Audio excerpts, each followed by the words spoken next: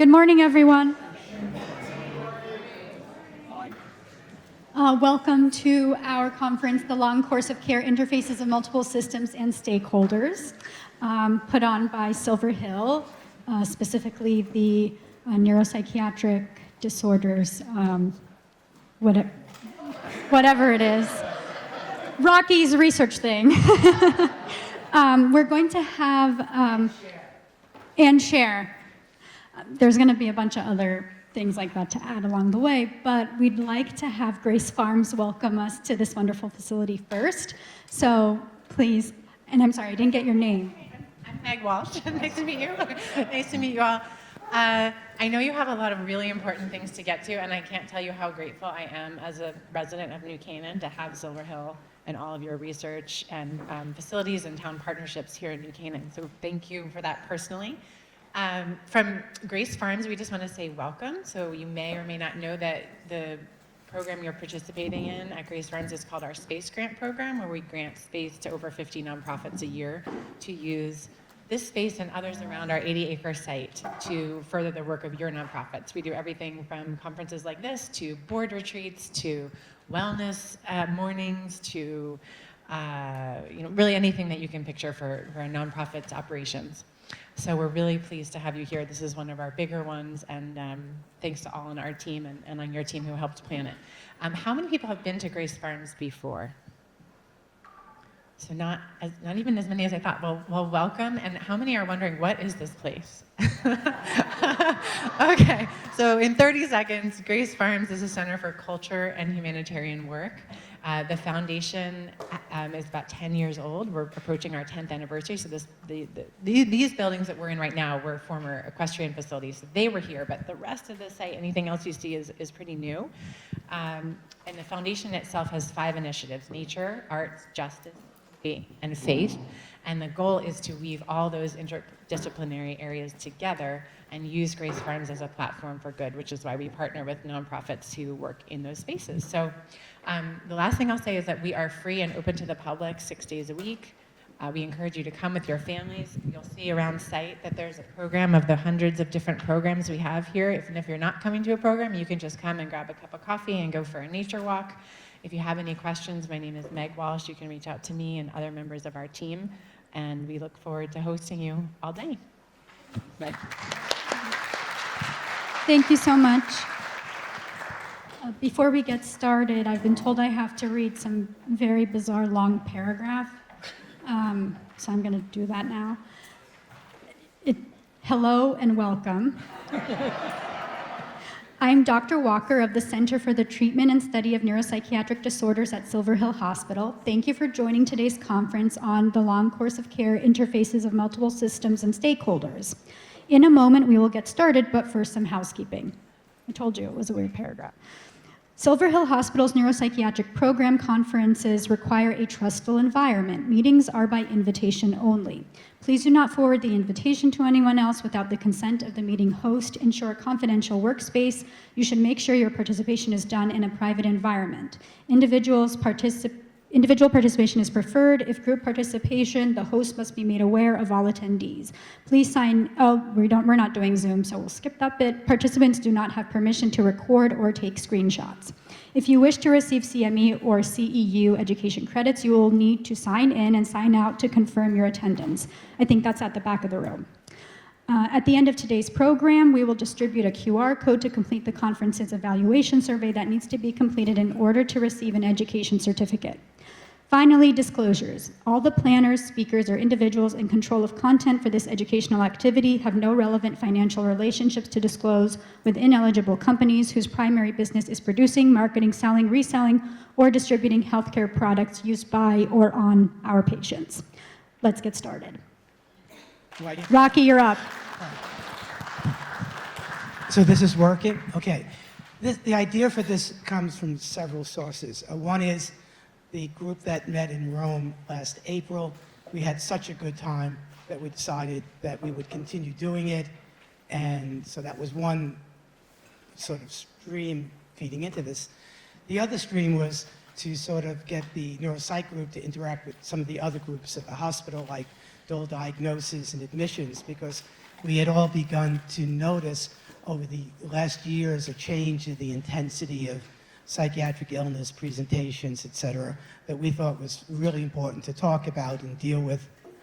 The third sort of thing, I think, comes from sort of changes in the overall political and economic environment and the impacts on institutions and what's happening, but also the personal changes, the passing of Dr. Ackerman, who had been a leader of the hospital for so long, and wanting to also bring something together that we could honor him. And then also what meant a great deal to him, which was to also ultimately honor Virgil Stucker, who's done so much historically for patients. So it all came together, and we rushed into it because there was no other dates other than this before the holidays. And so part of it was done very well, and I have to thank everybody for working so hard to try to bring this all together. And we hope to make this an ongoing kind of meeting, at least once, if not twice a year, because my own feeling is that the changes taking place in our society are so great that it will take people working together and advocating for change. And so what I will try to do is go over some of the data that has been impressing me over the last years that is demanding a change in response. And Dr. Anthony, Donna and I were in a hallway. We always tease each other, Donna. She's got my number. But we were talking about the fragmentation of care over the years. And when I went to work for Dr. Ackerman 35 years ago, when I left Cornell for a while to do research at St. Luke's Roosevelt, the training units at St. Luke's, the residents followed patients from in the clinics, on the floors, inpatient, outpatient. The same doctor followed them on all the services. So there wasn't this kind, one doctor for 2 weeks, another doctor for 3 other weeks, back and forth. And the ideal was to have somebody work with that person, with their families, and know them over a long period of time. And Donna pointed out to me that the Medicare, Medicaid regulations of the last decades has fragmented the ability to carry out that kind of care. So that's been a general problem, and that's something that Sig was aware of and something that Dr. Gerber back there is aware of and trying to address, because I think that's part of what's going on, okay? So in my usual AD-ish way, I will bounce back and forth and ignore all my notes. But so Alex, you give me this thing, right? And I forgot to also thank, the share, because the hospital's trying to put together an educational institute to continue the work. So it's right, goes forward, okay? And here.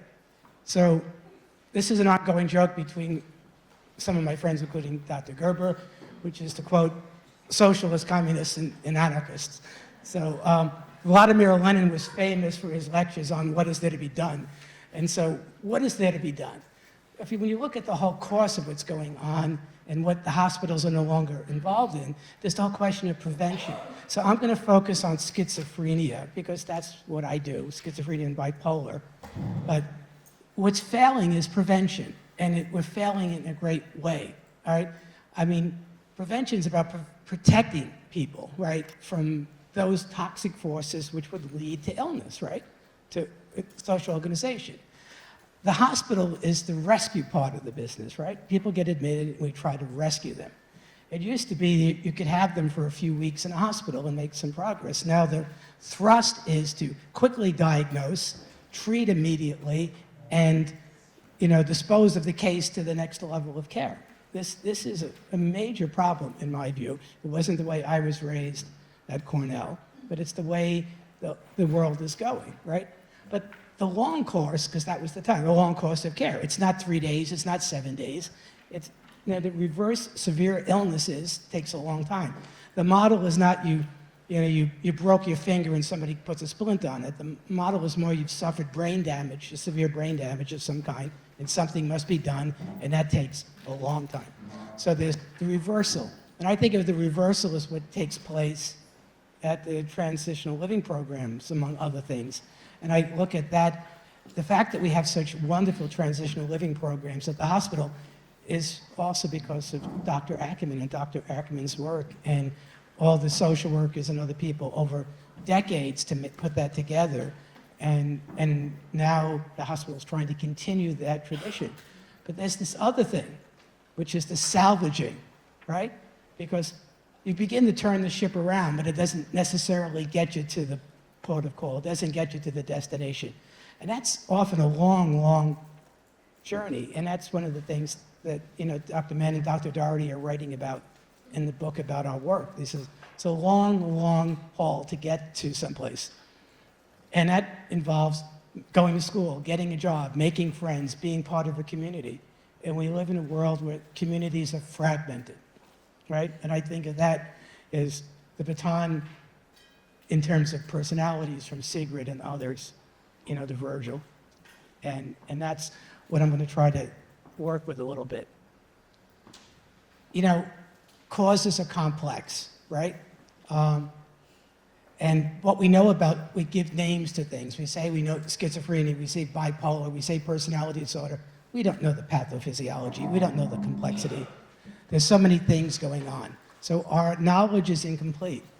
But despite that, there are things that we can do, right? We know that there are cascades of negative factors that are involved in things going badly. But we also know that there are periods, vulnerable periods, and in those vulnerable periods, I think that defines where we have to take action, right? Not just medications. So I still read about the history of science and medicine. This is like that joke about there's the knowns, there's the unknowns, there's the knowable unknowns and the unknown unknowns, and that's why politics and war gets complicated. The same thing in medicine, especially I think in psychiatry, right? There are a lot of unknowns still. Some of them are knowable, and some of them might not actually be easily knowable at all, but still we go on. But we know, again, there is a really vulnerable spot that we should address, right? And so I think a major factor right now is about the availability of cannabis in the society and the concomitant exposure to stimulants. That there are two factors running simultaneously among young people. And just think about this, 450,000 teenagers in New York City. All right? And what data you can get is of the people on various forms of known insurance, about 40-something% of them are on stimulants, as prescribed stimulants, all right? But it might be in the middle class more like 25 or 30. And that up to 50% of all the teenagers in New York City admit to using marijuana, and there are now, unofficial marijuana dispensaries open around the city that almost anybody can enter to get drugs anytime they want. So I have nothing to disclose. No one's paying me for this except for, Andrew. Okay, and I always put in more slides. You can get these slides if you want, so I have more information in them if you want to look at them, right? I want to just take you to some things. So we've been noticing more patients, more floridly ill patients, symptom clusters which are not classic, all right? That more and more patients, in our view, need clozapine, which is the last resort treatment. And now, over the last few years, the epidemiological data from the Scandinavian studies, also from the studies from Canada and some places in Asia are coming in, which are more and more persuasive and point to us as a society having, I think, made a real error, okay? We have 50-odd cases, and this is 30 of them that we followed, severely ill, supposedly schizophrenic young people. When you look at the data outside of the response rates, is that the history of almost 80% of them was exposure to cannabis over an extended period of time during the critical period of 13 and 17 years of age, and also have they been treated for ADD or using stimulants.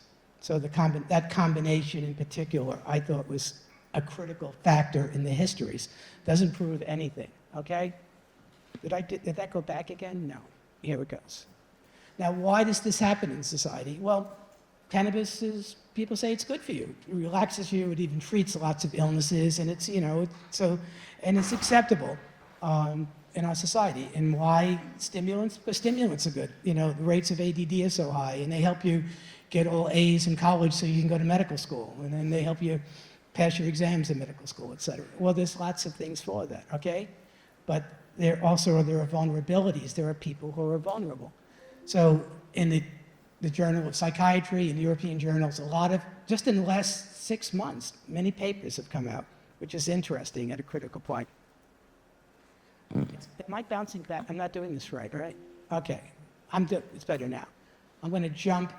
I've stolen data from Monte de Forte, from University, in London, and from Daniel Murin in Toronto. Because some of the stuff we saw at the schizophrenia meetings when our group was in Europe. This is the potency of cannabis in North America up to 2012. I love to tell people I was at Woodstock. All right? I really was. I thought it was good stuff. I don't know. But the potency, all right, look, those numbers go up now. Dr. Wade showed me this. This is the continuing of that graph. So we're now going up to 16%, right? So you're talking about roughly 10 times the potency at the very least. Okay? Of a substance which can damage the regenerating cells of the hippocampus, by the way, as can, high-dose amphetamines, all right? Kids now, they vape and they have candies, and there's synthetic things now which have potencies of 25, 30, 35% potencies. So this, all right, that's the background. That's what's different between the generation that thought cannabis might be fine and what we're actually faced with now. Right. The European groups looked at admissions for psychosis in various cities in Europe, and they ran that graph against the potency of the cannabis in the city. And in most places, the higher the potency, the more admissions for psychosis. All right? Except for London. London had a very high admission rate. I think it's because there's so much drug use and so much alcohol use in London. But you can argue about, these are just correlations. You could argue that the sunshine in Palermo is good for people and so they don't get psychotic, right? Or the people eat better in certain places than others, and that's why. But it shows the correlations, but other stuff will show it, I think, a little bit better, okay? So you could say, well, maybe it's genetics, and maybe it's the exposure to violence, and maybe it's climate. Maybe it really, really isn't cannabis and stimulants and alcohol, right? Maybe it's reverse causality, which is the idea that people who have schizophrenia or who are going to get schizophrenia will use these drugs because it helps them, right? So it's a false connection. But there's more and more data coming in that goes against that. This data is from Toronto. So Canada's population is about 41 million, so it's a little bigger than the state of California population-wise, right? And this is from the province of Ottawa, right? What is that? That area, that's roughly the size of New York State. And so this is data. And along here, these are, before legalization, before acceptance, that when the government stopped looking at it and trying to stop people from using, these are the rates of, psychosis, right? Predicted rates, et cetera. And along this stretch, they begin to decriminalize and look away. And then over here, they legalize, okay? And over there, on that section, is when they make it commercially available. All right? So you have two factors going on here. The use of the substance increases as it's more and more available, more and more accepted. At the same time, the potency goes up. And then you get this. So this is Mirren's data. There's literally another paper by him just came out 10 days ago. The percentage increases in psychotic behavior in the region around Toronto, right? That's Ottawa, right? 40% increases. Say,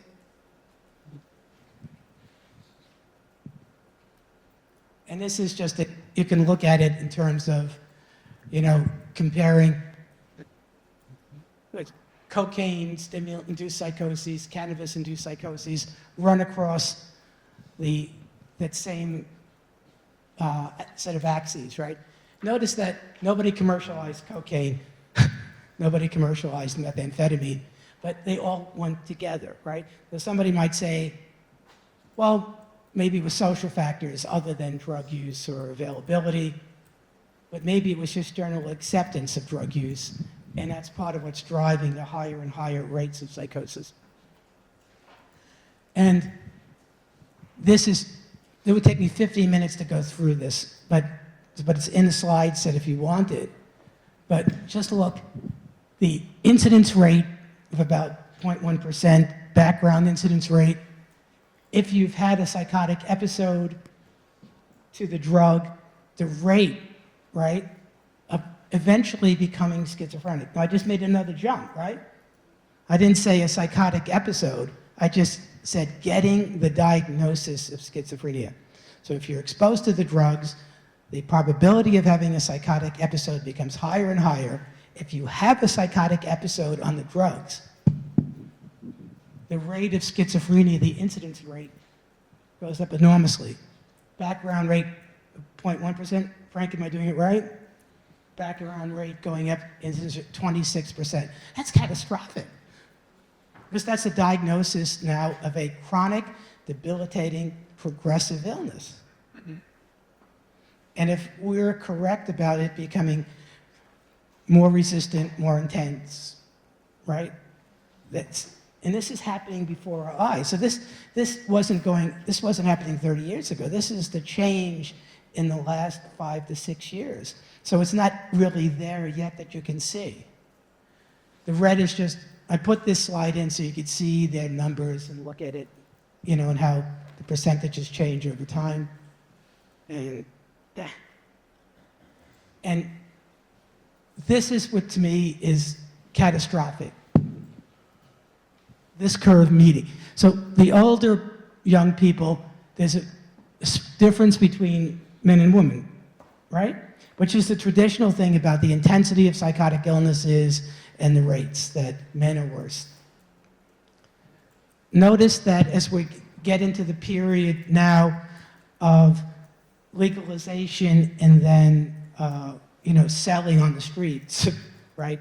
More than just legalization, commercialization and overt acceptance, that the rates of psychotic illnesses and hospitalizations for schizophrenia in Canada, right?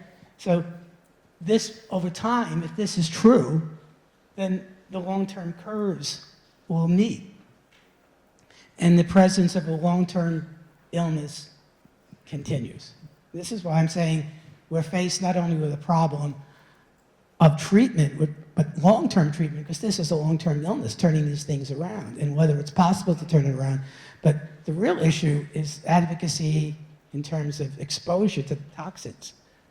These, again, are in there, and just I'll point out that, be careful, 10 on there and 50 on there. So that curve would be in this box. But it just demonstrates that cannabis is different, and that the transformation from just having had a psychotic episode to the illness, those numbers appear within a couple of years of exposure. And so there's a critical period, say age 14 to 18 or 20 something. Heavy exposure can lead to a psychotic break of some kind, which then can progress often into a schizophrenic illness, if this data is true. Now, these are the Danish, there's Danish, Finnish data, right, and other things. So huge studies, because in the Scandinavians have data on everybody from birth to death, every drug they've had, every exposure with their family. So they can begin to try to tease out things, right? So these are the rates of conversion to schizophrenia. And they say that 32% of the patients who have a substance-induced psychosis convert to either a diagnosis of bipolar or schizophrenia in the next 2 decades, next to 20 years. But most of it in 3 to 5 years, all right? So the exposures and first episodes are taking place at 17, 18 years of age, and while in college, for example, is when things get really bad, all right? And the most dangerous drug is the cannabis, the high-potency cannabis, which is what changed in Europe too, right? Right.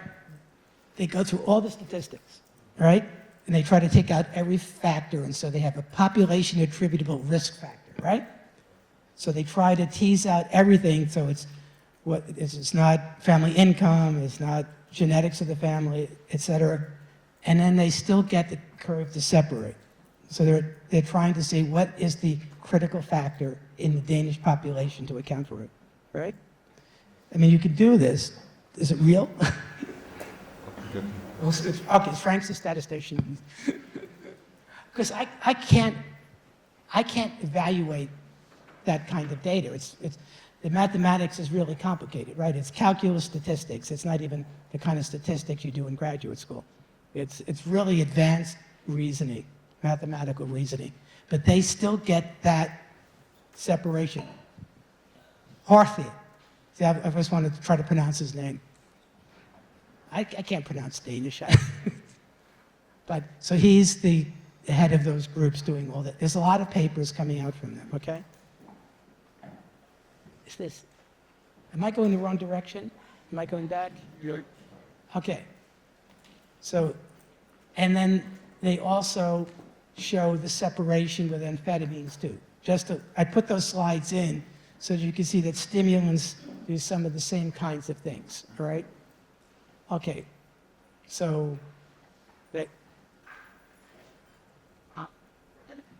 I don't know, it's going the wrong way, Alex.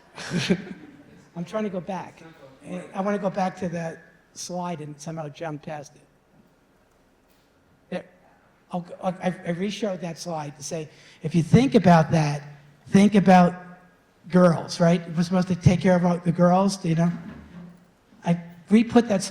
If those numbers are going up, if the attributable risk factor means that up to 25 to 30% of all the cases of schizophrenia going forward will have been preventable. That's what they take out of that data. And if this is already beginning to show in Canada, that means a great deal of your wastage, if you want to use that kind of language, will be with young girls. So now I go forward. I want to go, and they go through data with stimulants showing the same thing, right? A lot of that data comes from Asia and from Australia. I'm not going to show you everything, but just, you know, they go through all these things and statistics and amphetamines, and then there's these national data. So exposure, right? What's the vulnerabilities? Cannabis, stimulants, violence, so many different things, traumatic brain injury. But a major thing is the exposure to substances. I don't want to say it because they're not illicit anymore, all right?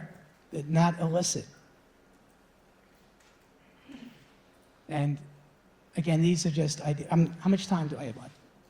None. Thank you. But I want to say one, because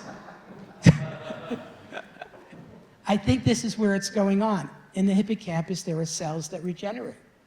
And Dr. Cavalli took this photograph of me of this, because we've been trying to look at cases in the hospital showing this, and the exposure to the drugs may induce a thing that's damage to the hippocampus. It damages cells that constantly regenerate, causes disruption of the major emotional systems of the brain. And given that, you have to come up with treatments of that, right? But prevention, again, is critical, but also long-term care. Because if you're interfering with development at a critical period, you're not going to reverse it just by taking a medicine, right? You have to rechange everything. So that's why it can take years to get somebody better. You want me to stop now? I'll stop. But so I go into why, and I put all those slides in so you can have them if you want to, and lists of references if you want to read them. So you can get this, you can download all this, okay? And I want to thank Dr. Doherty for helping me with all this work all these years. Because otherwise it would just be on little cards. Okay. Rocky set the stage for the case of why do we need to worry about prevention? Going back to Lenin's what is to be done original slide. The rest of the conference today, we're going to look at what do we already do and what are the challenges in the rescue, i.e. acute care inpatient, and the reversal, i.e. what we do in residential per Rocky's model. So I'd like to move on to introducing you to, first of all, our Deputy Chief Medical Officer, Dr. Amy Swift, and our Director of Addiction Services, Dr. Ryan Wade. They will be joining Rocky on a panel to talk about the importance of rescue and what the challenges are therein.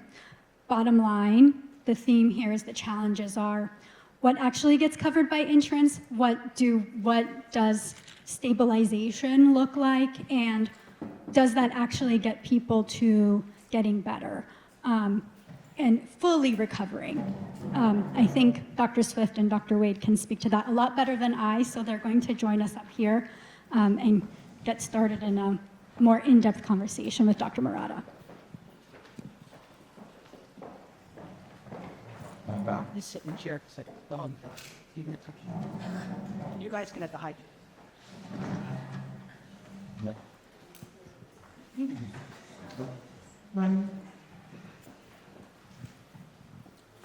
Well, Amy, you've seen a lot of cases downtown, right?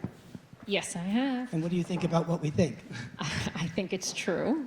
I think that working prior to coming to Silver Hill, I spent the last decade in the middle of Manhattan. And without even seeing the data, I could have described this to you to a T. We just saw this escalation of seeing people coming in sicker, earlier, and more women. Yeah. And Ryan, what's it like? And you have the dual, Yeah, so have the up to take 2 seconds.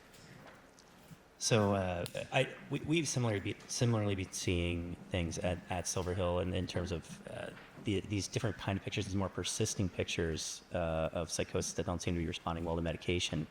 And my primary role there is running the dual diagnosis residential program. And so there's often times where cannabis stimulants that there's a true substance use issue, though they're coming in initially for psychosis. And it will clear partly on the inpatient unit, and then they're functioning well enough to not be in an acute inpatient setting, though they can come to a residential setting, and it may be difficult for them to live in a residential setting with other patients and still having some remnants of psychosis. And so we see a lot of those sort of persisting cases that aren't fitting that traditional model of schizophrenia where we would, they'll still have a lot of the social function intact, though they're going to have these remnants of persisting psychotic symptoms that aren't really responsive to typical medication management. Yeah. Well, so what do you think we do? Other than getting a consultation from the psychosis service, if you want to call, I think it's twofold, and like Dr. Wade said, is that first we have to stabilize the symptoms that are really getting in the way of the functioning. So in the acute unit, we're trying to really quiet the paranoia so that they can be in a milieu, and that's really our judge of how we can think about moving them to a residential setting is, can they be around people? Can they be in groups? Can they function in a system of people? But Ryan and I often talk about, I send him people that are still quite psychotic. They've developed these delusional systems during these acute episodes of psychosis that really don't go away, they just recede. And so a lot of what we talk about is then developing the psychoeducation around when to present these ideas to their peers and when to keep them more for the clinicians and their doctors. So we're seeing what the other old literature would call schizophreniform illness. And that's a schizophreniform illness that may have the form of chronic schizophrenia. So we're seeing a hidden epidemic of dementia praecox, to use the old language. And how do we, so what strikes me is I'm old enough that it was a big deal that people paid attention to dual diagnosis. And then because of the AIDS epidemic, was a really big deal to say, oh my God, there could be triple diagnosis. You could have, brain disease from the virus, plus substance abuse, plus the primary disorder. And now what are we getting into? Quadruple diagnoses, which puts us back to a psychiatrist has to be a neurologist, a psychiatrist has to be a psychopharmacologist, he has to be a sociologist, right? But more than anything else, it's somebody that has to make judgments about how do you organize long-term care over extended periods of time, and how do you do pharmacology, which is so bloody complex. Once you get into this, right, you're treating really multiple disorders. It's not take an antipsychotic, whatever that is, right, or take an antidepressant. If what Dr. Kabbali can find on some of these MRIs, which, a T3 is so much more powerful than a T1 machine. If he sees cortical dysplasia, what are we treating? We're treating a strange form of epilepsy, I guess, of societal-induced epilepsy. I don't know what else to call it. Yeah, and I think there's an element of, with a lot of these folks that are coming in afterward, they often have a lot of the cognitive capacities and the social capacities conserved, even though they've had the psychotic episode, mostly because it's recently onset. And so, we'll see people in their 30s that don't have that traditional cognitive decline that we'd see in the model of schizophrenia, because they haven't been dealing with psychosis for 10, 12 years already. And so within the residential setting, we can sort of provide some of that framework, and they are capable oftentimes of actually internalizing some of that sort of instruction and that psychoeducation. So there is utility in having them in a structured treatment setting for longer and being able to sort of help them to manage that and with behavioral strategies. Because if it is truly leading to cortical dysplasia, like these changes in the brain, as we're pointing out, that might not be something that just a little bit longer with Risperdal or even clozapine could really effectively manage. And so I do think there's value in having them in a structured treatment environment where they don't necessarily have access to the offending agents, and they can continue to work on some of these behavioral strategies. But it's quite difficult to coordinate, and oftentimes there's a lot of recidivism too, just because they're feeling better and they may not feel as paranoid or as scared for their life, or think that that their car is spying on them. There's still that drive to return and use the substances they've continually been using, both from a behavioral standpoint and then sometimes a physiologic standpoint. And so they get well enough to have the capacity to make those decisions, and then may not be making the decisions that are best for their brain health. And it's so accessible, and it's commercial, it's advertised, it's commercially available. And so it's a real difficult societal issue to sort of combat. I used to give this talk when I was at Sinai that was called Cannabis Friend or Foe, because a lot of people really see it and have identified it as something useful for them. And most of our patients started out that way. So we spend, from the second we meet them on inpatient to the day they leave Ryan's residential, talking to them about why we have to change the cognition about cannabis for that particular person. That although they previously had found it relief in it, found it that it dispelled anxiety, it helped with sleep, all these things, that we really had to form the concept for them that for them cannabis was no longer ever going to be an option, because the propensity to produce durable psychiatric illness and lasting psychotic effects 100% could be identified as existing for that person. And that's a hard conversation to have, and it's something that we have to have day in and day out so that it really resonates with them. I have a couple different track questions. One is at the lodge where we treat primary psychosis. We also try to figure out when that person might be ready to deal with their dual diagnosis of substance use, because there are, things on campus and things, that we might refer to, when are they ready to then deal with the dual diagnosis part. A totally separate thing is the cannabinoids versus THC. What do we do with that? I've done psycho with patients with my just say no approach. But, we get a lot of people coming in and saying, well, this is safe, this is not. Yeah, and so when are they ready for dual diagnosis treatment? Oftentimes it has to do with their level of engagement, right? So I think we probably recognize way more people that could benefit from some element of focused substance use treatment than there are people willing to do that. Particularly within our program, it's a voluntary program. No one's court ordered or anything of that nature. And so there has to be at least an element of willingness. There's always ambivalence with this sort of thing. That's pretty normal dealing with substance use. It's actually part of the treatment of substance use. Though there has to be some amount of willingness.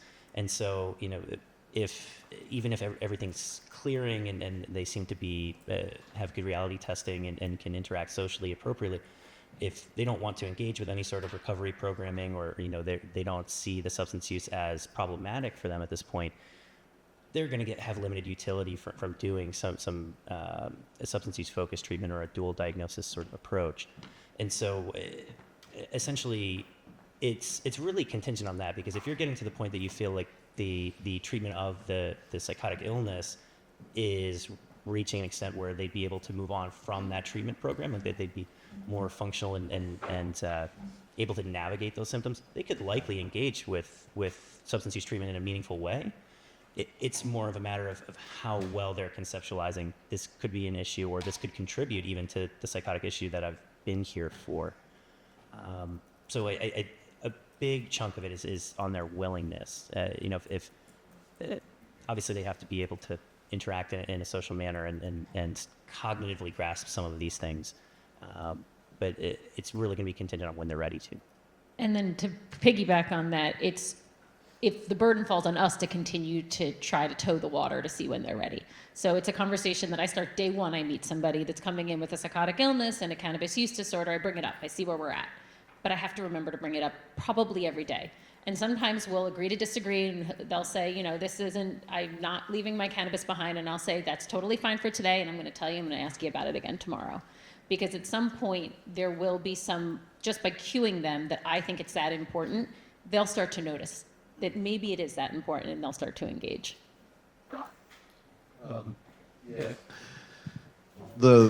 Something that we have been saying for years prior to, say, decriminalization, and then there's that big bump when you can get a gummy that's got 600 milligrams THC in it, right?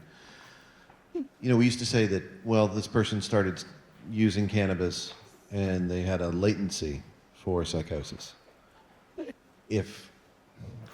I'd like to hear from you guys about whether or not you think we've crossed into another category where we're seeing psychosis where there wasn't necessarily a latency per se, but it brought on psychosis that person probably would not have encountered had they not done those levels of THC. Would you say that's accurate? Is that what you're seeing? So I think both parts are accurate. I think that there's definitely this ability for the substances to bring out the symptoms, or perhaps accelerate the course of someone that already had the propensity to develop it, and sort of they may develop it at a younger age, or maybe more intense symptom onset. Though I think there have been a number of people that I've seen, even as recently as about a month ago, somebody late 30s, went to Harvard, was a lawyer, using a lot of cannabis, also using stimulants, prescribed stimulants, and developed pretty intensive psychosis that mostly remitted, but it still has some difficulties reconciling some of the paranoia that he has and everything. And so, when we think about how we traditionally conceive of schizophrenia and the development and progression of a psychotic illness, that would not have been part of the picture, where they were well functioning and the cognitive capacities hadn't declined, and we're seeing this onset at almost 40 years old. that wouldn't fit the traditional picture. That would be someone that I would fit, and there's no real way to prove that he never would have, though it certainly wouldn't fit the traditional mold of developing it. And so I suspect we're reaching a point where we're actually seeing it produce these sorts of episodes. The breakdown of how many are produced versus just uncovered, that I really don't have any real take on, but it sounds like Rocky does. It's data, right? That's what the Scandinavian data shows. So what I asked Frank to comment on, I said, I can't really evaluate that kind of statistic. It's so complicated, the truth of it. But they say that up to 25% of the ongoing cases of schizophrenia that will appear in Scandinavia could have been preventable. Okay? So that to me is catastrophic, right? What I see here is that we almost don't even know what to call it, really. And that's a huge challenge on inpatient, in acute care. We see all the time, I think, is that, and Dr. Swift, you were getting at this exactly, that we barely start having the conversation about substance component when we have someone with psychotic illness on the unit, because they don't have the insight and there isn't the relational capacity there yet, because they're still getting stabilized. And yet, once they're in a position to be able to get past the inpatient unit and to more intensive care, i.e., luckily enough, what we have at Silver Hill, our residential programs, you can't really divorce the treatment of the psychotic illness from the insight work required to have patients understand the importance of discontinuing substance use and recognizing what the impact is on their substance use. And even though we're repeating ourselves over and over again saying that, it's an enormous challenge from the perspective that while Silver Hill is really lucky to be able to have patients go back and forth between various programs or back and forth between inpatient unit and residential, or to be able to have so much collaboration, that really doesn't exist in other hospital settings. And I was wondering if you could speak to that a little bit. Both of you come from previous experiences, and I'd like to hear, what do you see different about the acute care that's available at Silver Hill versus that which is available at other hospital settings you've worked at? Answer that question. I mean, having most recently worked in a large hospital system, having come here, however many, 8 months ago or so, this is a unique setting where we have collaboration between all spectrums of care. We have the acute stabilization. They can go to residential. If things crop up, they can pop back up to us for a little bit. We can ultimately include them in our outpatient setting, and we can end up following a patient for, at least 3 to 4 months, which is pretty unique. The thing about psychotic illnesses that are exacerbated or brought on by a substance, particularly cannabis, is that it is really important to be able to advise the patient that we are a good place to come for treatment of this, because we can watch the trajectory of the illness and then make a recommendation going forward for what the rest of care looks like. If they come to me on inpatient, they clear up in 3 days, send them down to Ryan, it doesn't come back, they go to outpatient, we really don't see it come back, we can make a reasonable recommendation of whether or not antipsychotics are going to be a part of their life for a longer period. If they come to me, I put them on a long-acting injectable, they go to Ryan, they're still pretty psychotic, they're in the outpatient setting, we know that there's going to be at least 6 months to a year of an antipsychotic in their future. So I do think that it is a unique setting where we can make recommendations going forward that will make a lasting impact on the quality of life for them. I did also want to answer Donna's question about the CBD versus THC. If they have the wherewithal to know that it's just CBD products are fine, but that's not typically the case. So I think your blanket approach of saying pick other options is a safer approach. Rocky and Amy and Ryan, what's very interesting listening to this is to reflect back on Silver Hill's history and to know that for much of the world, Silver Hill was a drying out tank for the rich and famous. Just listening to these presentations already, you realize just how much more this hospital really is. And going back to what Rocky said initially about prevention, this data is both it's frightening data, is the best way I would put it. And it's data that just has to come out of the eggshell and has to be spread to the general public. And when I was on the board, unfortunately, we only had one spokesperson, and that was Rocky, and we couldn't divide him up in enough pieces to tell the world. But I think now, Andrew, we have enough spokespeople.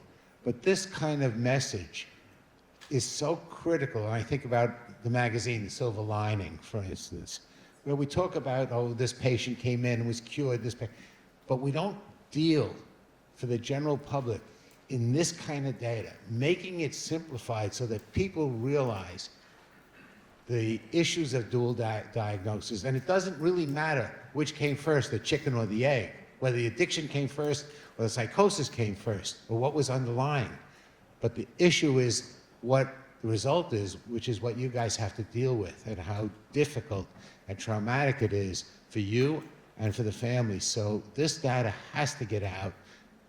Can I share with you my personal analogy that I use to tell people about cannabis and psychosis? And this is something I've been using for years, but I find that people get it. I liken cannabis to lactose, right? Like, it's a plant, it's natural, lactose, completely natural. By looking at someone, you can't tell who's lactose intolerant.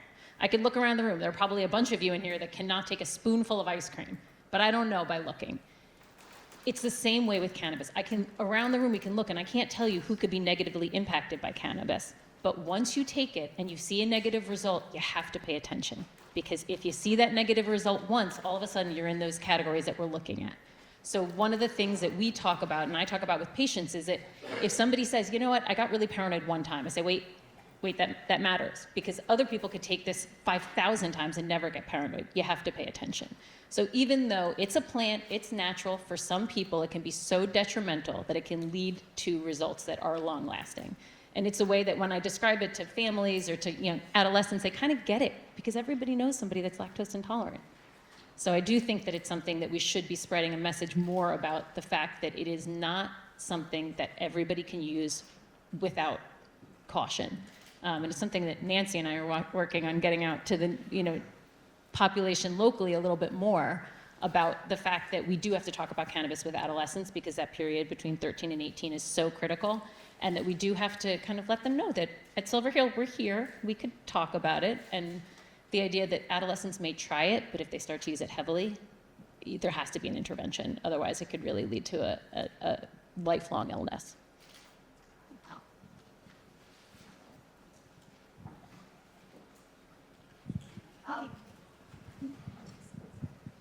Is it on? Yeah.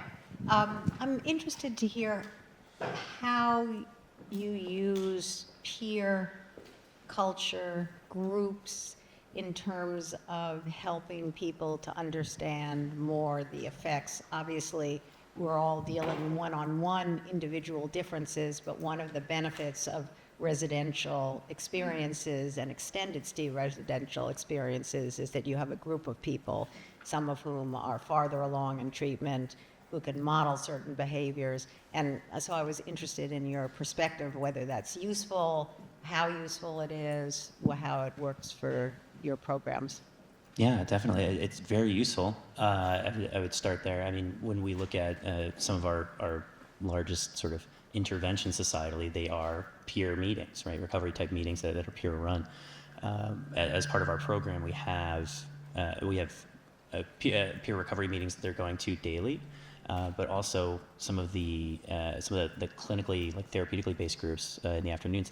They are together with their peers, just the same people or the people in the same program, and we have sort of a rolling admission process. So not everybody is like starting at the same time. You'll have people that are a little bit longer along in their treatment compared with some people that are just coming in, and so naturally that happens somewhat. Our programs are based in DBT, so there are a lot of like coping skills based groups, but there is also process group daily where there's a little more free and open conversation. There's a group leader that's kind of guiding the conversation, but peers are talking with one another and sort of, they have a very strong impact on each other. And we get that all the time in patient experience data. We collect survey data from patients at different points in treatment and before they're leaving. And we hear that routinely. Sometimes people are getting more from their peer group and those sorts of interactions, or the volunteer speakers that are in recovery themselves coming in. They're getting more from those folks than the actual clinical work sometimes, at least as it relates to recovery and substance use and how to go on living a healthier life sans the substance that they're coming in for. So it is part of our treatment program. I'd say from the educational piece, it tends to be more of like a life education piece, or things that have been helpful for them. From a more traditional psychoeducation piece, we do have a once weekly group that I run it every other week, but it's a once weekly group in terms of psychoeducation for the patients in our program. Does that answer your question? Mm-hmm.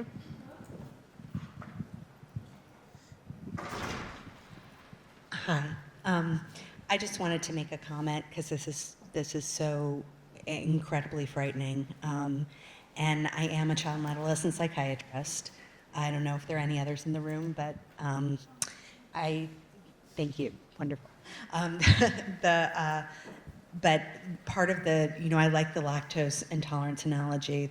That's a good one I hadn't thought of before. I tend to talk about playing Russian roulette. And every time you use a substance, you're loading another bullet into the chamber. And eventually all of those chambers are going to be full and your brain will be unrecognizable. And that, I've found with adolescents in particular that one-on-one is better to get them thinking, because when they're in groups, they have a social pressure to be dismissive, cool, whatever it happens to be. But one of the big challenges, I think, is the normalization of cannabis use within families. There are plenty of families where the adults use marijuana, the children are aware of it, and even if they don't say they're not shared, the marijuana is not shared with them, there's enormous resistance for the parents. And that goes for both, adolescents at any age, right, up till, mid-late 20s, but also for our adult patients as well, because the family support is so important. And I'm wondering whether or not you guys have any, I know I have my things that I do, but I'm wondering if there are any other things that you guys do.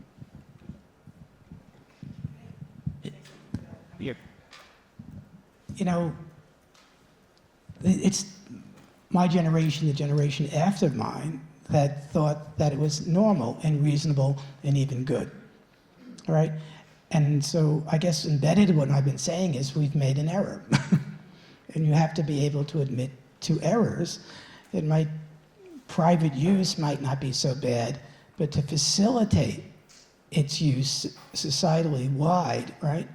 Again, I think about growing up in Manhattan. In the city of New York, there's 450,000 roughly, teenagers. And half of them are using marijuana. I don't know how to tease out how many more cases that will be in New York City in the next 5 years to a system that's already strained.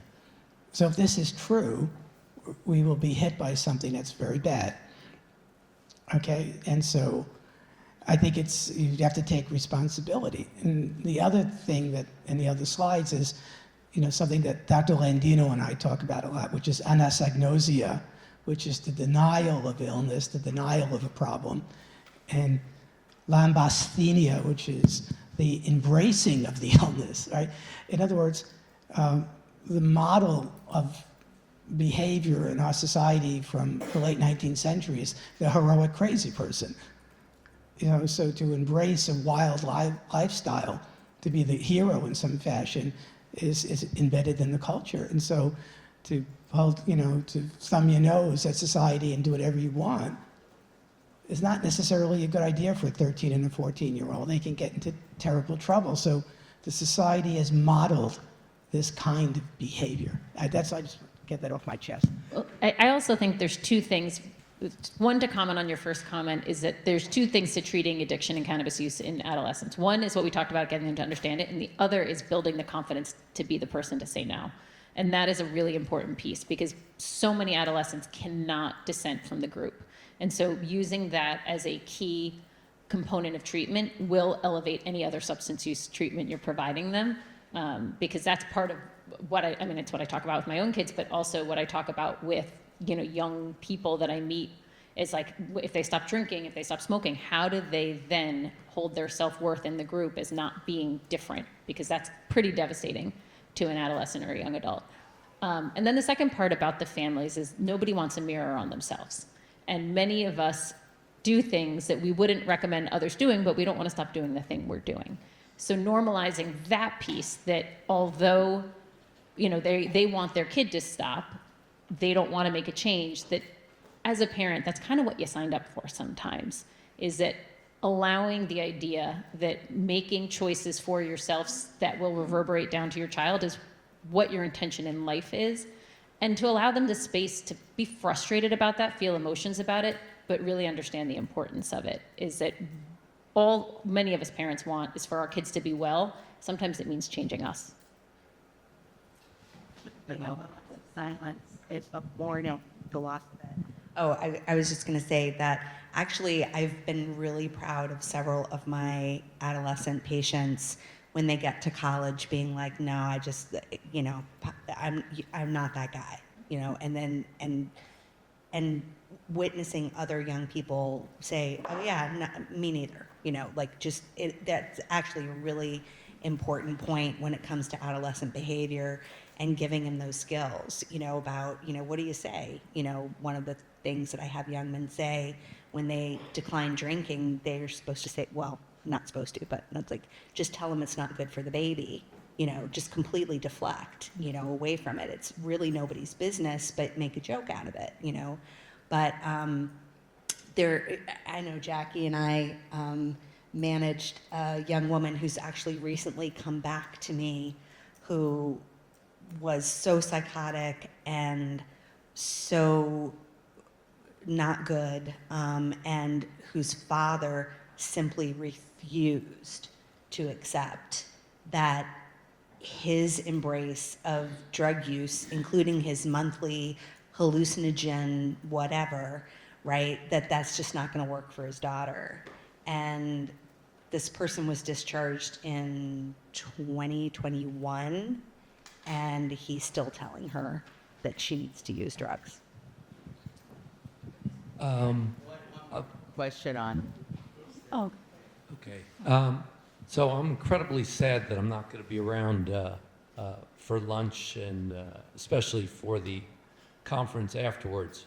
A few comments. First, for the peers, there's a great program that's actually running now at King's College in London, where they've engaged the entire peer community as a kind of like an AA, but with guidance from the psychiatric community, and they do group sessions, and it's not just once a week, it's several times a week. And they're seeing actually a decrease in recidivism and a decrease in use. So peer support can be incredibly effective.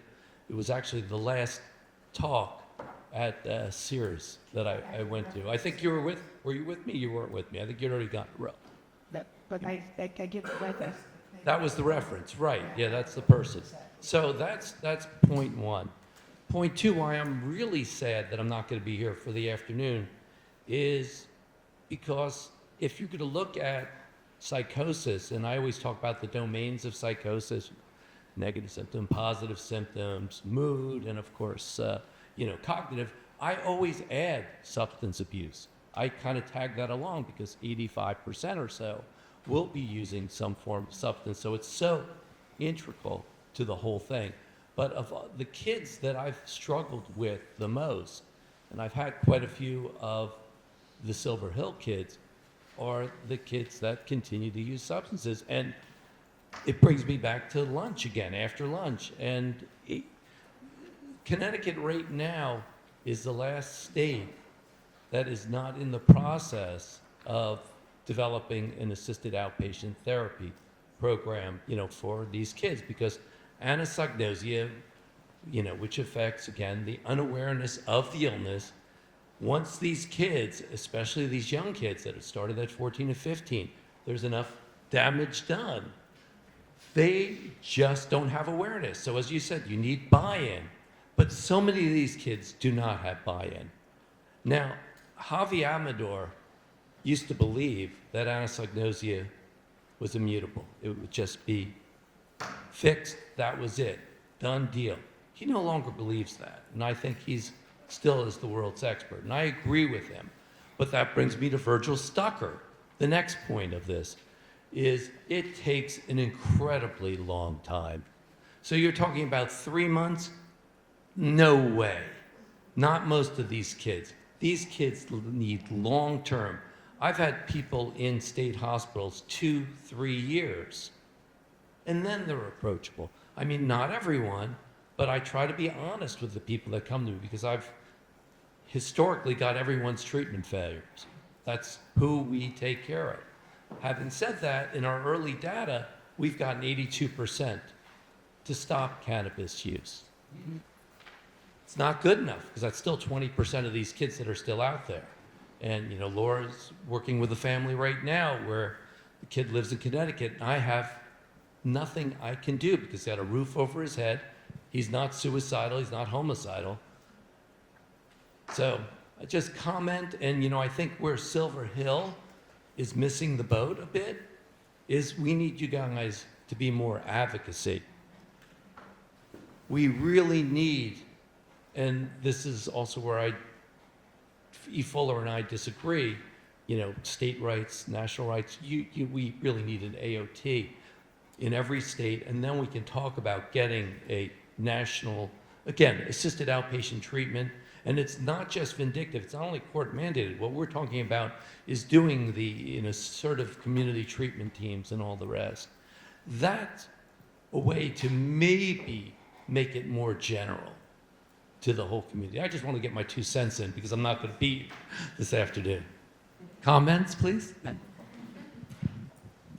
No, I mean, I'm all for AOT. I think AOT is a great, I always explained it to patients that it is not something that's happening to them, it's something that's happening for them to give them more support and accountability to stay connected in care because we know the data shows that they will do better the more connected to care they are, point blank. No, we can do one more question, I think. We'll get to everyone. Hi, this is really not about medical care. It's about the convergence or the nexus of capitalism that's informing all this. And it's about the role of capitalism or the society, the political society in this this problem. How is it that you see so few people smoking cigarettes? Something happened in society that and in politics that changed that. It took a while, but it changed it. Is that possible to do in regard to cannabis? And if it is possible, what are the ways in which that's done? I think it must mean that what you're saying, Rocky, it has to be broadcast to all the politicians and to people in order to make some political change, because that's the only thing that's going to force people who are making a lot of money on this to hold the reins in.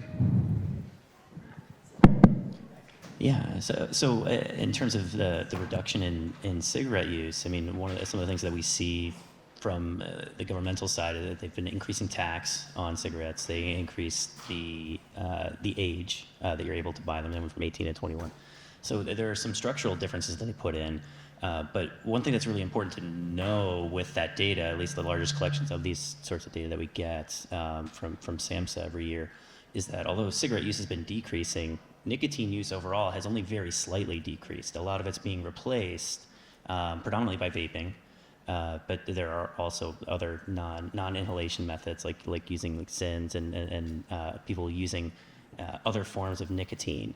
And so while we are seeing reductions in cigarette use, and likely that's going to be healthier in terms of not having as much of inhalation of combusted materials and all that sort of thing, there is still pretty consistent nicotine use throughout. So while there have been governmental regulations that are likely influencing it, there is also sort of a replacement that's happening, and it's not quite reducing nicotine use all that much overall. At least that's what the big surveys are showing, as far as like the National Survey on Drug Use and Health every year. Yeah, it's still a pretty large proportion of people using nicotine type products.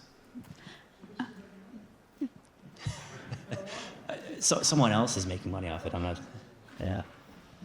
I think we have room for one more question in this section, and then what we'll go ahead and do is have an introduction, and there will be more room for question answer for everyone, and these themes roll one into the other, so there's room for everything. Go ahead.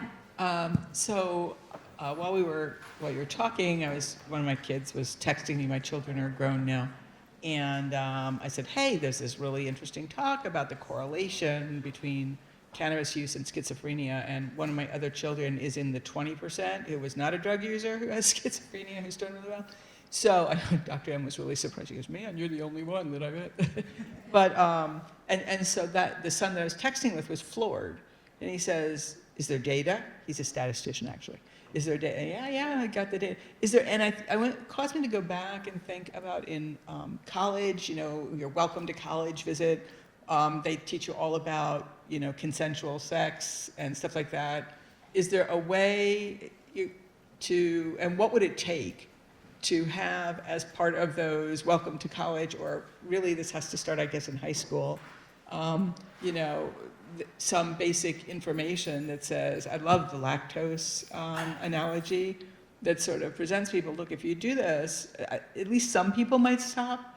I don't know, or it might at least get the message that there's a risk there. Well, and I think that that's the point, is that unfortunately, we all in the room agree, but many adults don't think that this is a problem. So it actually has to we have to do it two-pronged. It would have to start from the ground up and from the top down. We have to get the adult buy-in to allow us to speak to the kids about, hey, listen, I've got a 10-year-old who's in health class and learning about sex, and in 2 years, I think she should be learning what pot is and why it's dangerous. I just think it should be planting the seed so that there's curious questions, so that A, people can start to identify those around us that have problems, and B, so that they are equipped with the knowledge to make a little bit more educated choice. But that's exactly my thought and reaction, no standard one. Yeah. I mean, listen, I tell my school district I'd be happy to sit in there and talk with kids about pot. Let me at them. I'd make the argument it really ought to be a psychiatrist who has seen patients who've been ill. So I like that idea, actually, of coming into schools and doing that education, and also educating teachers and administrators at schools, because marijuana should be folded into DARE or whatever it is. So. All right, moving on. I think we want to do our next. Do we have the thing? Our next slide. We're going to shift our discussion away from more acute. We'd already kind of started it, but looking at the reversal portion of our "What is to be done" theme. That is looking at residential treatment for chronic illnesses, specifically psychosis. So I'm going to introduce our medical director of Michael's House, the Lodge, the Neuropsychiatric Disorders Program, Dr. Donna Anthony. She'll speak with us a little bit to sort of set the stage, and then we'll go back to a panel discussion on that topic, okay? Dr. Anthony. Thank you. And my PowerPoints are much more general. I do have a little bit of data about what our Silver Hill program is like, but may not get to that, and want to have the discussion with others afterwards too.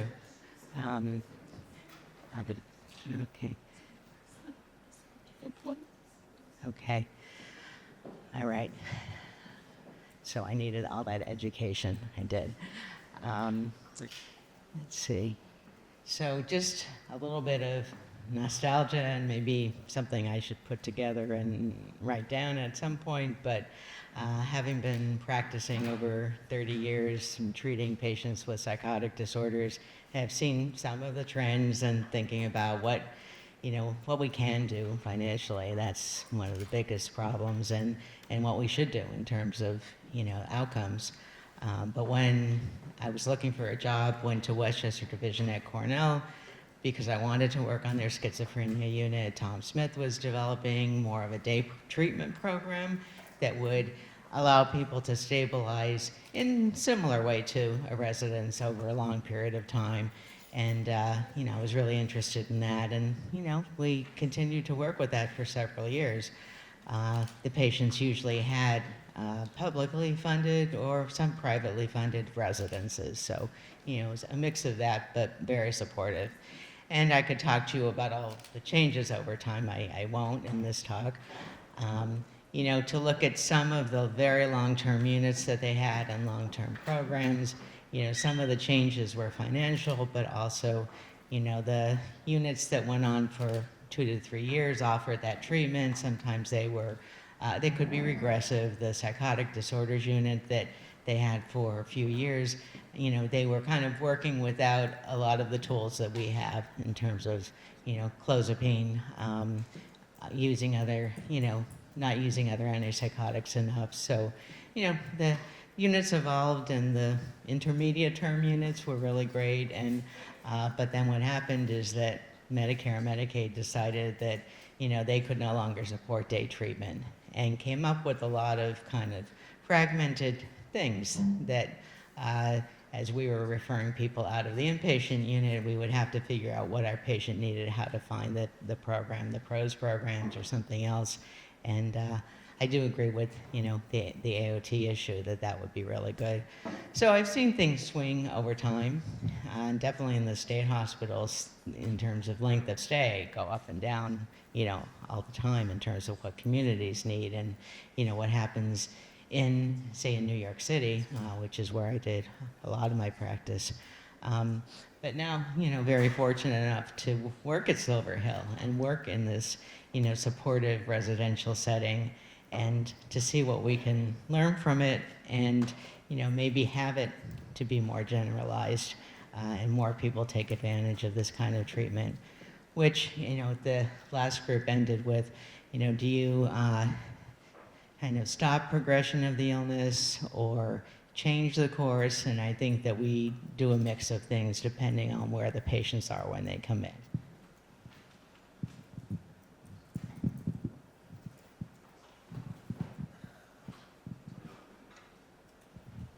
Okay.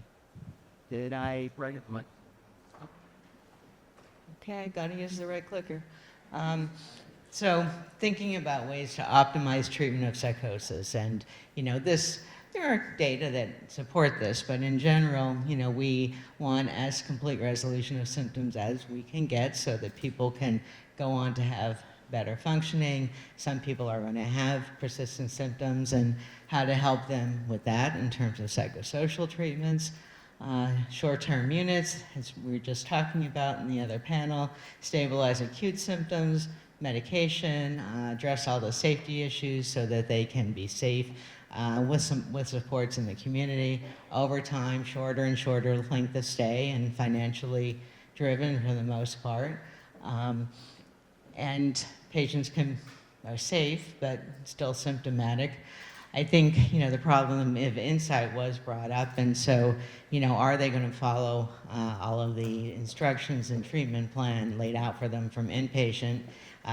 Poor insight into illness is going to be part of that, but also who is available to put these pieces together. I think any of us would have problems putting them all together in terms of therapy, medications, a day program or social club, things that still exist, and to keep a coherent program going, even though the short-term units put a lot of work into putting those resources out. So a lot of, unfortunately, opportunities for relapses, treatment resistance, and then functional impairment, which occurs if these illnesses aren't treated well enough. So goal to really decrease the duration of untreated psychosis. We are now seeing quite a few younger people in our Silver Hill residence, and many who have already become treatment resistant or will really benefit from this intensive care to get back to, pretty high level of functioning they may have had before their psychotic disorder. And then also people who are further along in their illness but have had frequent relapses, which also creates another kind of treatment resistance, and generally the same issues that we work with. Just to go over, the positive and negative symptoms that were brought up before, and what do we mean by functional status, because that word is used a lot in terms of what we're treating, what we want people to get back to. Positive symptoms respond the best to current medications. People can often function to a large extent, even if they have some residual positive symptoms, but the features and the broad categories that impair functioning are persistent negative symptoms, not having interest, drive to keep doing things that they used to do, take care of themselves, go back to school. Cognitive impairment obviously is going to affect a lot of things that, if they want to go back to things that they used to do in their life, and are going to need more intensive treatment, and hopefully we do keep working on that for the patients we take into the lodge. By functional status, there's kind of a hierarchy. Self-care, basic hygiene, wellness activities, sleep, nutrition, exercise, then leisure activities may be affected by negative symptoms the most, and patients, not having motivation, or, I think one of the ideas lately is not remembering what things have given them pleasure, so you can work on them in a kind of concrete way and make lists of things that you might do when, you're faced with trouble in functioning, and use of leisure time. Getting along with family and friends can be related to paranoia, or it can also be related to negative symptoms. More and more progress in functioning, returning to school or work. We have had patients from Silver Hill who go back to finish the second half of college, or finish college and then go on to a graduate school. Not impossible. They may have to rethink what their direction is in terms of school or work, but we try to help them with that thought process as well. Independent living skills, can they live with roommates or live in a private apartment? Obviously with support, or ideally with supportive family, and then being active in their own treatment with medication adherence, learning how to do that without prompting every day. Positive Therapeutic Alliance, which, talking to someone yesterday about, and I talk to patients a lot about learning their warning signs after they've had one episode, so that they can call their therapist or doctor if they see warning signs. And it means maybe they don't have to go into another full episode, and, they can really turn things around. But it takes some time and, clearing up the illness to be able to do this.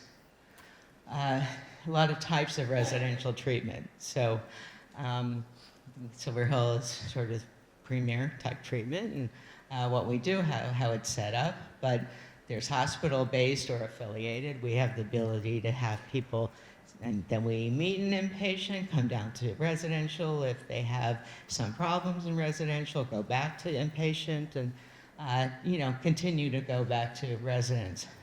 But then also residents that are either state-funded, private freestanding residences, a number of very good ones in the country that, we can give advice on, but, need some research before choosing them. So they're residences in different settings that are going to have, each have their own flavor. Costs, insurance play a role.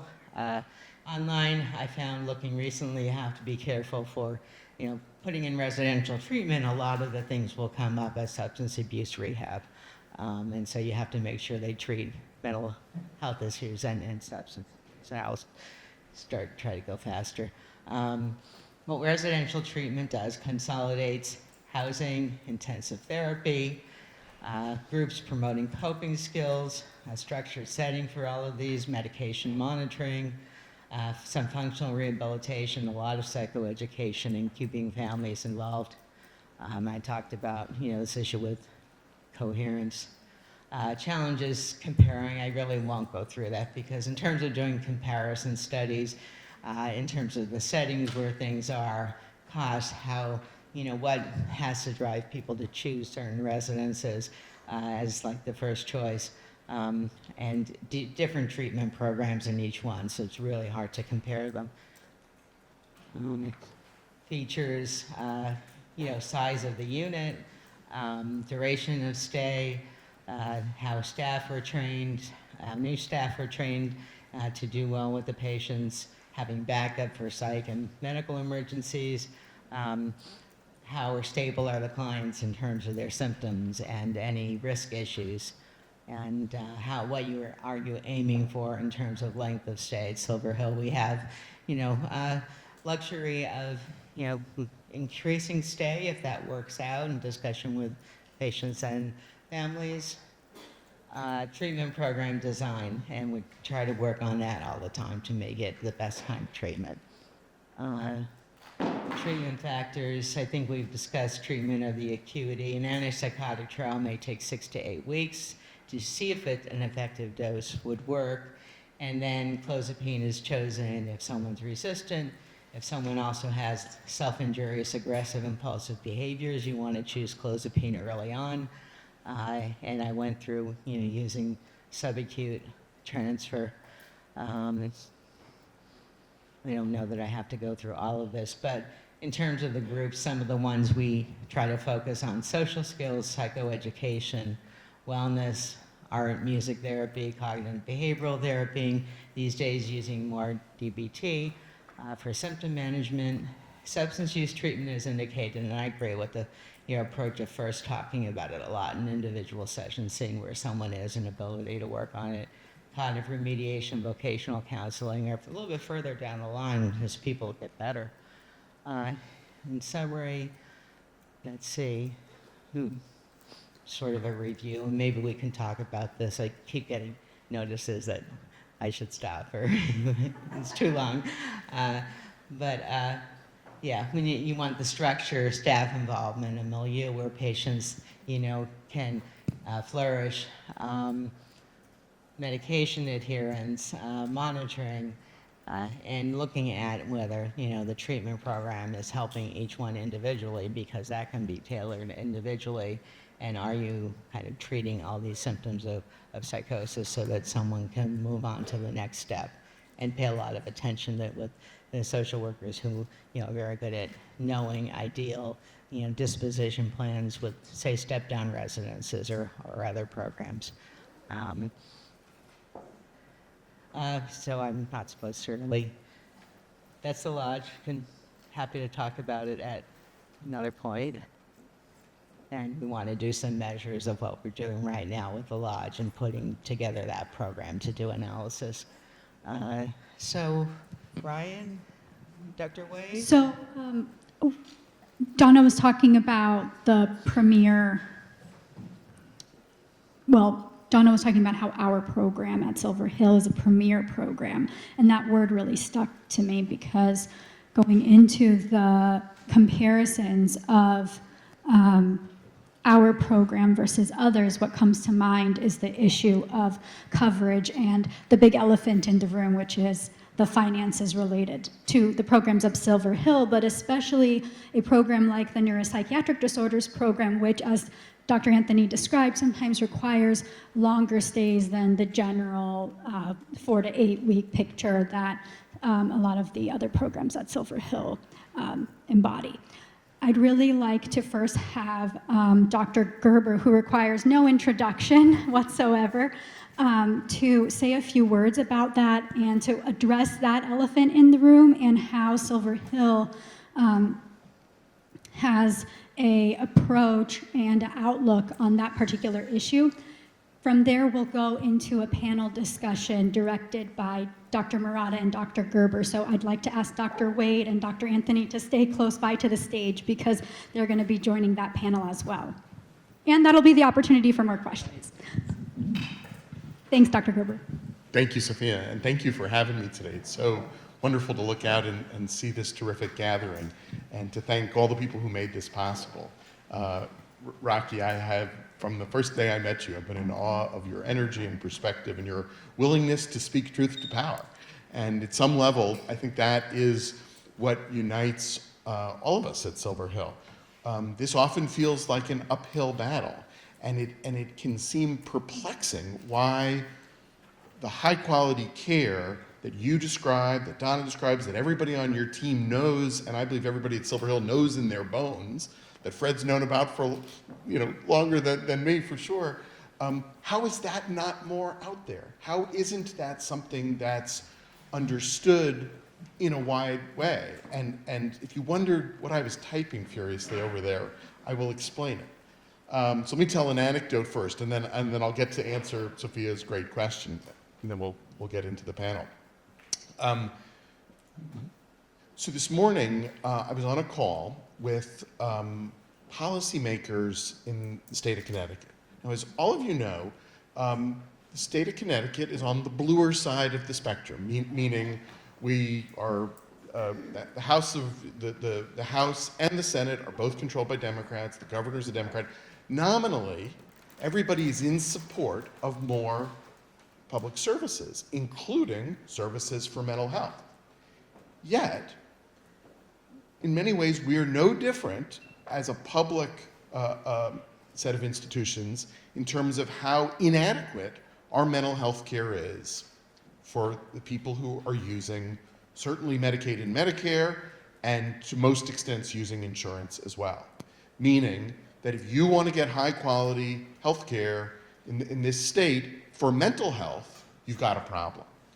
It's hard to get approved, it's hard to find beds, you sit in emergency rooms, you call doctors who have no availability, people who are reputable and have had good training don't take insurance, all the stuff that we're so familiar with, right? Now, I'm not even going to talk about states that don't have advocates, but even in Connecticut, right, that's such a struggle. So I'm on this call this morning with everybody there agrees that this is a problem and that we need to advocate. Yet the level of hopelessness about changing the policies is profound. And why is that? Because of the power of insurance companies in this state. It's very clear, actually. And insurance companies love to make it more complicated. They love to point the finger at everybody else and say, oh, we haven't trained enough doctors, or we haven't trained enough nurses, or we haven't done this, or it's the providers are charging much. There's always excuses. It's COVID, it's social media. And by the way, they're good at coming up with excuses. They all have some truth to it, right? But at the end of the day, we live in a capitalist, free market, mostly free market country, which means if you don't pay for things, people aren't going to provide them. Why doesn't Yale have more beds? Why doesn't Nuvance have more beds? Why doesn't Hartford Healthcare have more beds? Why aren't they doing these proven treatments that you're hearing about from Rocky and Donna and from Sophia and from everybody else? Because nobody's going to pay for it, right? So we have a fundamental problem in the state and in the country about the inability to change that. And I'm going to come back to something Fred taught me. Because if you're, and somebody else was just talking about this, and I missed who it was because I was way back there. If you're not communicating about this, if you're not advocating for these things, you're part of the problem.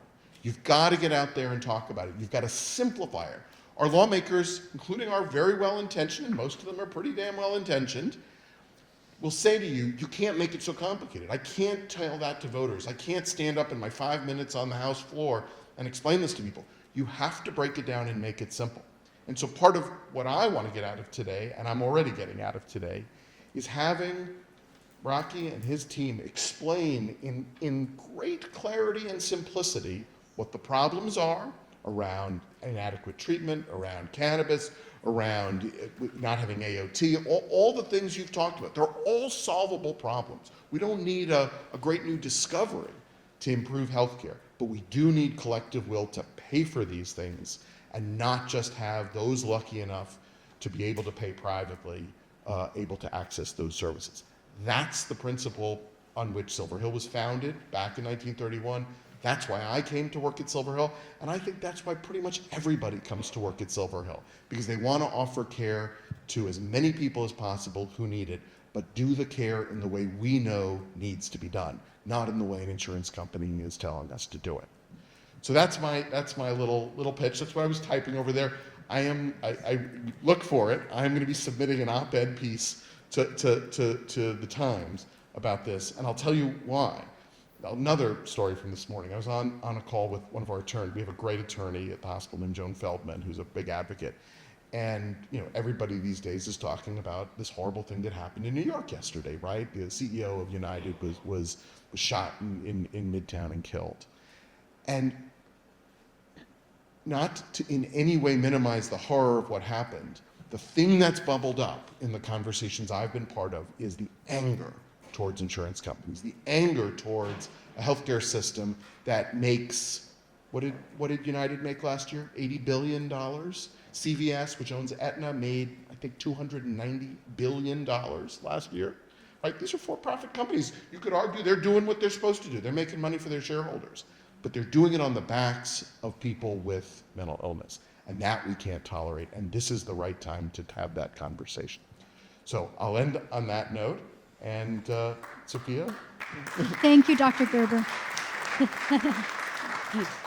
The bottom line there, I think, is what you and I talk about whenever we meet, which is let's prove that the model at Silver Hill works so that then we can advocate and spread that model. So why don't we talk about that model? Let's do it. Dr. Gerber, you stay up here with us. Okay. Dr. Anthony will join us as well, Dr. Murata, and Dr. Wade. No one told me who's leading the discussion, though, so it's got to be either you, Dr. Okay. Gerber, or Dr. Murata. One of you has to. All right. So let me first, I guess, ask you guys to react to what I said, because I think, listen, we all went to medical school, right?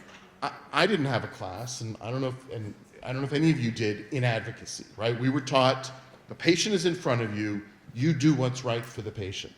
So I want to pose this question: how do you square that, what we were taught, how to be good doctors, with the fact that we work within a system that often makes it very hard to achieve that goal?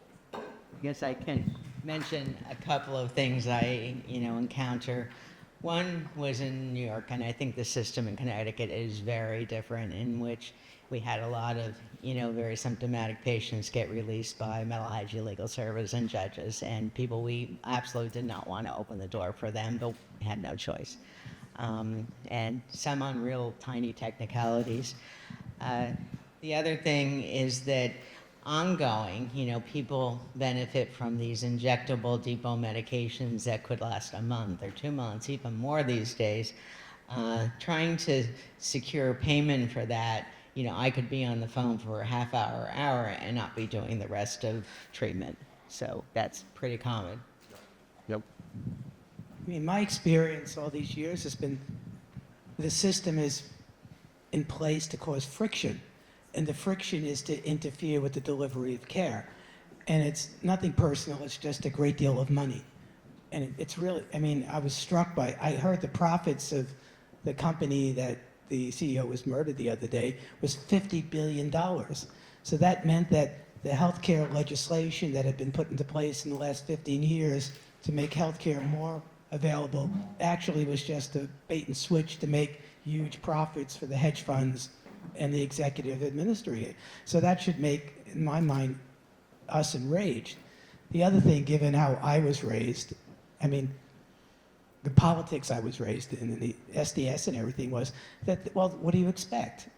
I mean, it's just, it's a bait and switch. But in the late 19th and early 20th century, the leaders of a great deal of the liberal reform in Europe were physicians, because physicians and teachers were living in the communities and saw what was going on and what it was based with, and they made a difference. I suspect that has to change.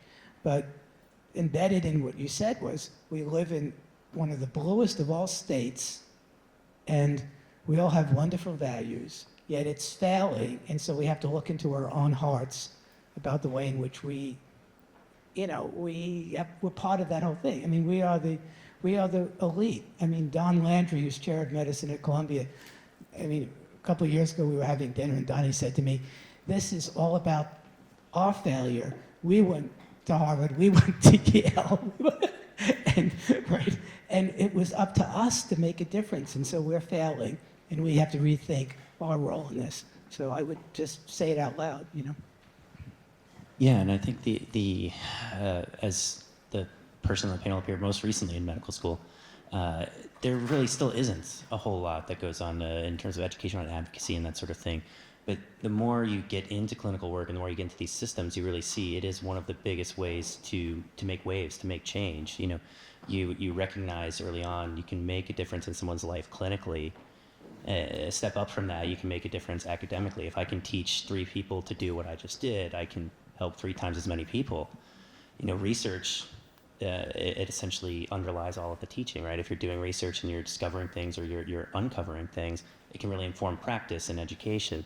But really, the level above all of that is advocacy, is the governmental regulation, like working in policy.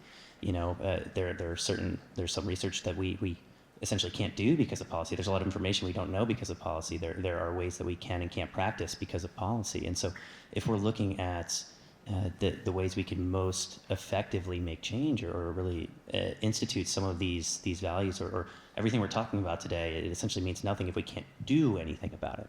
And policy really underlies that. So I think a part of the whole prevention issue that comes with a lot of this is the education, and even on this side of the table, not just education of the public, but how do we go about advocating in a way that's more effective? How can we have policy that supports us? I mean, it's such good points that all of you have made. So let me tell you something I'm hoping for, and I see us moving in this direction, which is talking about how do we create a message, and this goes back to that advocacy issue, about not just the efficacy of what we're all doing, but ultimately its financial viability. You know, I'm always a little hesitant on this because when somebody says, you know, we're going to introduce this new cancer treatment or this new procedure to treat, you know, cardiac disease, people don't always say, well, how are you going to pay for it? And it's got to make money in the end. I think people get that there's a moral requirement to do those things, and it bothers me there's a double standard. That said, I understand that if you can convert things into financial issues, you have a good head start. So I think about the patients that we treat at the neuropsych program, and I think about these 2 pathways, right? Inadequate treatment and how the expenses to families and societies mount when you have inadequate treatment versus adequate treatment where in all sorts of different ways they become, and I hesitate to say productive members because that sounds so capitalist, you know. And my ancestors, by the way, just like Rocky's, were socialists. I had a distant cousin who ran for vice president of the United States on the Communist Party, which I'm very proud of. But you can't say that in most places. I'll say it here. But how do we make, you know, are there examples that you all have from the clinical work you're doing about how folks who get adequate treatment actually save us money? You know, there are people in this room who are parents of people who have made a difference. I mean, when I fall asleep with a sense of having had a reasonable life and having done good is when I think about some of the young people who were with us years ago who are now social workers or a doctor. That actually exists through the program.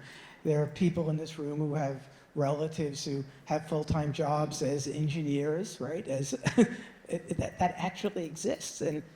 But to get to that point wasn't 3 months, 18 months. Some of that took years. It just really took years because it took longer time to get through school, and it took an enormous amount of support.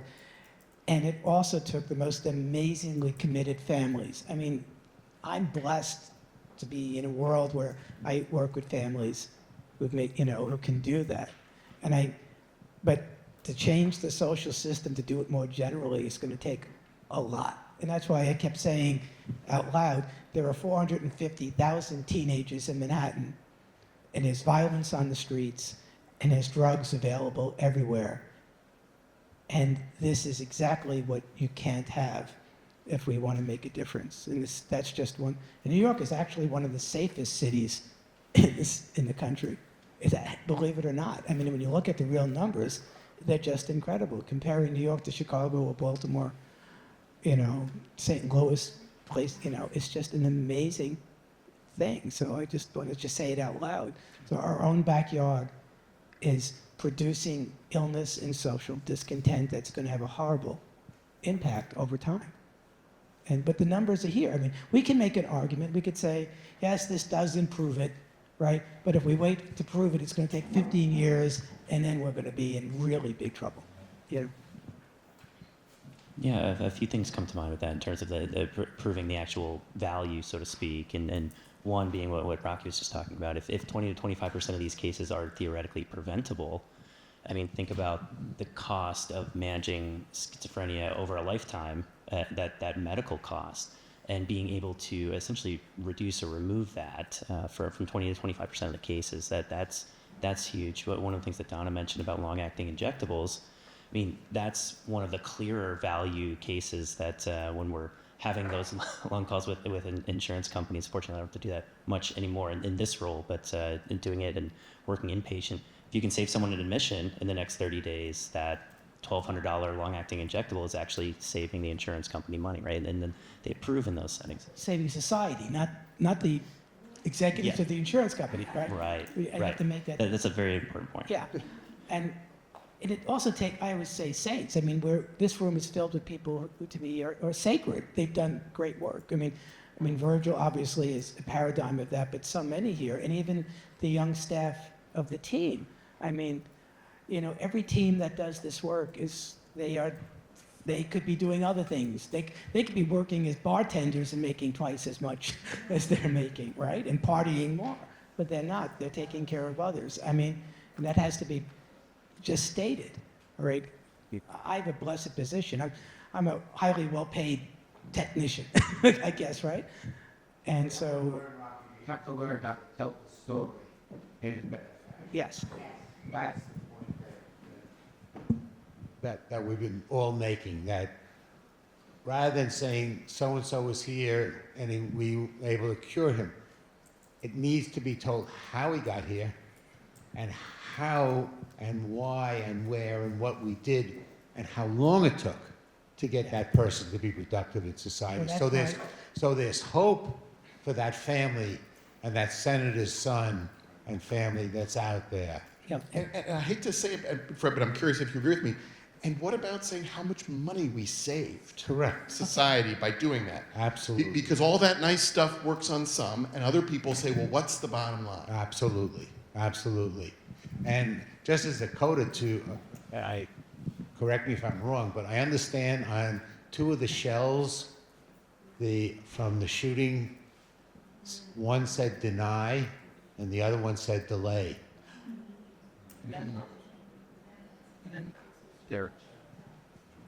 I guess a little bit of a twist on this. I wanted to talk about, a couple of the things where research in the field and the government, paying some grant dollars, made a lot of effort. I'm worried that it's getting stalled a little bit, but the RAISE studies where they had programs for treatment of early psychosis, people in first episodes, used many types of treatment settings over the U.S. and a very productive, very large study. And we found when I was working in New York that we could often find good aftercare for these young people. I think then we started to learn that you needed these rich resources for more than the first 2-3 years. And I think this is where it's a little bit stalled.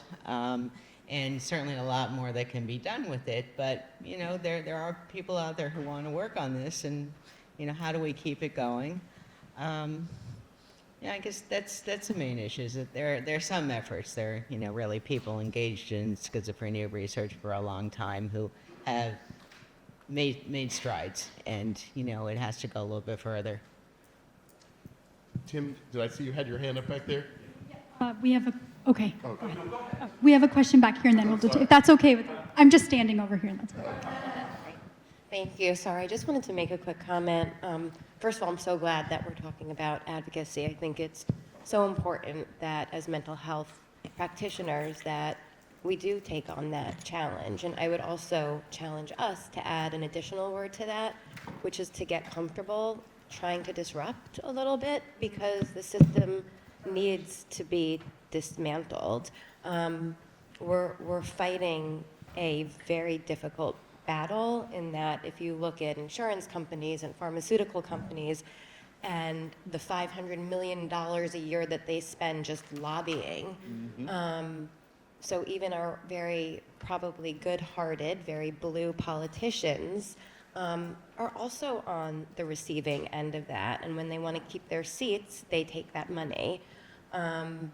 So it's a battle, and it's a battle that I think requires us all to come together as a field to fight, because it's not going to be an easy one. Yeah. I have to tell a quick sad anecdote exactly along those lines. One of our supporters at the hospital who's really been a wonderful advocate for us told me the story that when the Silver Linings article came out, I think it was one of our first Silver Linings, it featured you, Rocky, talking about some of the material we just heard about in cannabis. The timing of it was right before Governor Lamont signed the legalization bill for cannabis. And he walked in, because he's a friend of Lamont's, walked in and put the Silver Linings article on his desk. And I think he circled it, or he had a post-it on it. I can't remember, Tim, what the story was. And obviously that didn't change things. And the speculation is Lamont, with all his good intentions, and I do believe in general, I support his policies, that the money that came with legalization and commercialization was just too much. They couldn't turn it down. And that breaks my heart. I mean, that's to do the cynicism of doing that. If you know about the impact on our young people, and as was being pointed out earlier, Amy said it, it's not every single one of them. They may like to think their kid isn't going to be one of those, but they don't know who it's going to be. It's going to be somebody, and it's too many. So that, you know, that back to your thing is we have to disrupt, and we have to get comfortable making people uncomfortable. That's right. But Tim, I know you had your hand up too. I just wanted to underscore that I think there are two different and very important areas of focus when we're talking about advocacy here today. One is about access to care and people having access to good quality care like we have at Silver Hill. The other is educating people about the dangers of marijuana. Yeah. And I was one of those parents who just thought, oh, well, it's fine. You know, it couldn't be any worse than alcohol. And boy, you know, is that wrong? And two resources in that regard. One is an organization called SAM, Smart Approaches to Marijuana, which I would kind of describe as an anti-legalization advocacy group. Talk about swimming against the tide, but you know, they're trying to do that, but also education. And the other is Dr. D'Souza at the Yale School of Medicine, who is a tremendous resource. When I first learned, you know, in great detail about all these issues that Rocky was just talking about, was when he came 4 years ago to Silver Hill to do a grand rounds, and he was the one who told us about SAM, and actually my son subsequently went to work for SAM after hearing about it. But so my point is, two great resources in Dr. D'Souza, and he's got a good website at the Yale School of Medicine, and SAM, Smart Alternatives to Marijuana, and that these are two different but related issues, one advocating for access to care and parity from insurance companies, and the other about the potential dangers of marijuana if you happen to be vulnerable. Yeah, but thank you, Tim. You reminded me, though, that I should do something in my role, which is I should brag a little bit about our hospital. So let me just bear with me for a few minutes. All of the things that we've been talking about, including the things that Tim was just pointing out, are things that we are actively investing in the hospital. And we are really prioritizing both from an effort, but also from a financial perspective. We are a lucky hospital. We are in an area, and we have a following of people in our community, as well as parents and families and individuals who we cared for, who are able to support us. So the first big and really clear example of this is our Patient Financial Aid Fund. We have, over the last several years, been giving away about $1 million in direct free care in the residential side of the hospital. I'm not counting all the other things we do in the community. If you add all that up, it's several $1 million. But just in people who couldn't otherwise afford to come to one of our residential houses, which are out of network with insurance, and I'll come back to that in a second, we are subsidizing $1 million worth of that. Our goal over the next several years is to double that, is to reach $2 million. And we are so grateful for the people who are helping do that. So that's one thing we're very, very proud of. The second is, some of you may know this directly, historically, for reasons of both regulation and insurance company obstructionism, even though our inpatient and our outpatient services are in network with insurance, our residential was not only not in network, but it wasn't covered at all. You couldn't submit a bill because the way the state had licensed us was under a hospital, not a residential. And that meant that you couldn't take that bill to an insurance company and get out-of-network reimbursement.